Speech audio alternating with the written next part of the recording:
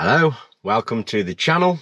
In today's video, I'm going to be talking a little bit about micro campers. Hopefully, by the end of the video, you'll be more in the know if a micro camper like this is right for you.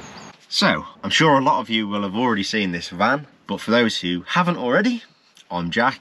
This is my Caddy Maxi micro camper. I've had the van since last January and finished converting it just over a year ago. So I've now had a full year of trips in the van, from just single nights away to spending 11 days straight in Scotland. So yeah, I've done a bit of everything in the van really. Short trips and longer trips. Obviously, a lot of people's main concern will be the space.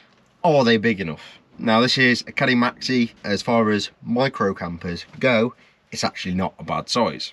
I've seen much smaller Citroen Berlingos, Peugeot Partners, Corsa Combos, which are, well, and even short wheelbased caddies. Personally for me, anything under the size of a Volkswagen Transporter is a micro camper. So I looked at a lot of different vans before buying the Caddy. The extra space you get in a Maxi compared to some other vans was a big point for me. You can fit in a couple more extra luxuries without having to pay silly money for a much bigger van.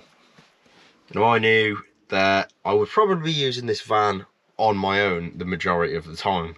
For one person, a van of this size, I would say, is absolutely more than enough. Now I am planning on upgrading in the future, getting something bigger, but that's because I want to go full time. I mean, there are people out there that live full time in vans this sort of size, but for me, if I'm doing that, I want to go a little bit bigger. But for what I've done so far, this van has been perfect.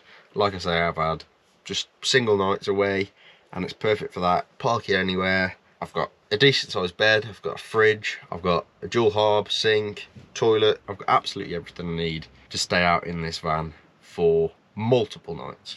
I know a lot of people that have got vans this sort of size and they're not on their own. My friend is currently converting his own Caddy Maxi and there's going to be two of them and the dog in the van the majority of the time. So they are big enough for multiple people, but if you're just looking to get away and see a bit of the world, micro camper, definitely spot on for you. If you're in my sort of position and that's what you want to do, you want to get out there, see some things, have some cheap holidays, because to be honest with you, by the time the van's finished, it is almost free most places. Obviously, if you want to go on site and be a bit more comfortable, then it's going to cost you maybe 10, 20, even £30 a night, which is still nothing.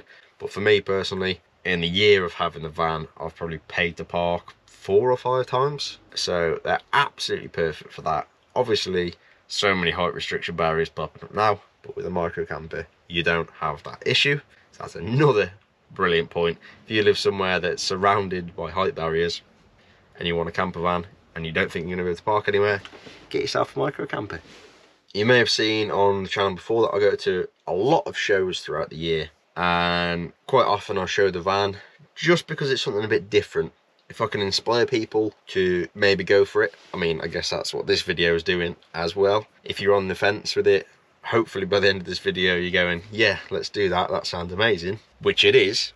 It is the best thing I've ever done, buying this van, me and my dad converting it, and then the memories I've had in it already just after 1 year is unreal. But like I say, at these shows I see so many different layouts of micro campers. To be honest, my layout is very simple: finger bed and then kitchen. It's basically the same as what you'd have in a transport size van, just shrunk down a little bit. If you're on a budget, they're also perfect.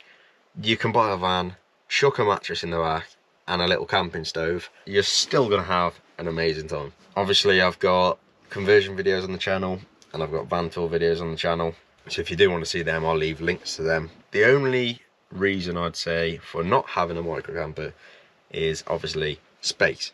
If you want to be able to stand up in a van, obviously you can get pop tops, but you may as well just buy a bigger van, in my opinion. If you need loads of space, if you've got children, if you've got multiple dogs that you want to take with you, maybe it's not for you. Or if you want perfect luxury comfort all the time, if one of you wants to lie in while the other's cooking breakfast, micro camper might not be for you. If you're the sort of person that just wants to jump in a van on a Friday afternoon, drive into the mountains and chill for the weekend, micro camper is for you. For me, that's the best thing about owning a micro camper. I can go pretty much wherever I want. The only thing that restricts you really is car parks that close at a certain time, if they've got a really low height barrier, which I've never had an issue with, or obviously if it's somewhere that's got signs saying no overnight parking, which is happening more often now. The beauty of having a van like this, you're not restricted to where you can park. Like I say, if you're in a town and there's 4 car parks and 3 of them have height barriers, you've got to stay on that one. If you don't feel comfortable at that one,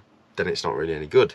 But with having a van like this, I've gone to towns before and I've got a choice of 5, 6, 7, 8 different car parks, and I go around them all, choose my favourite one, and I can stop there.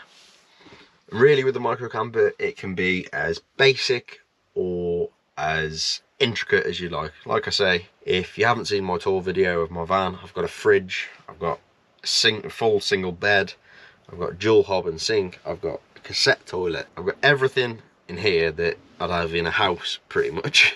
But you can just chuck a camping bed in, you can chuck a blow up air bed in, and a little camping stove. There's also probably a lot of people out there who don't want to drive a big van, but with a micro camper, obviously you don't have that problem. It's basically a car anyway. If that's one of the things stopping you buying a van, then maybe consider a micro camper. If this video has helped you come to the conclusion that you want to buy a van and convert it, as I said, I do have a few videos way back at the start of the channel converting this van, so you can maybe get a few ideas from that. And I've got my van tour video, which I'll leave a link to at the end of this video, so if you want to see a bit more of this van specifically and how it's all laid out, I'd definitely recommend giving that a watch. Hopefully this has opened your eyes a little bit to the world of micro campers, and if one is right for you. Honestly, I was very apprehensive when I was looking at buying a van to convert. Didn't know if I was going to love it, didn't know if it was going to be for me. Fortunately, it definitely was the best decision I've ever made, and a year down the line, I'm sat here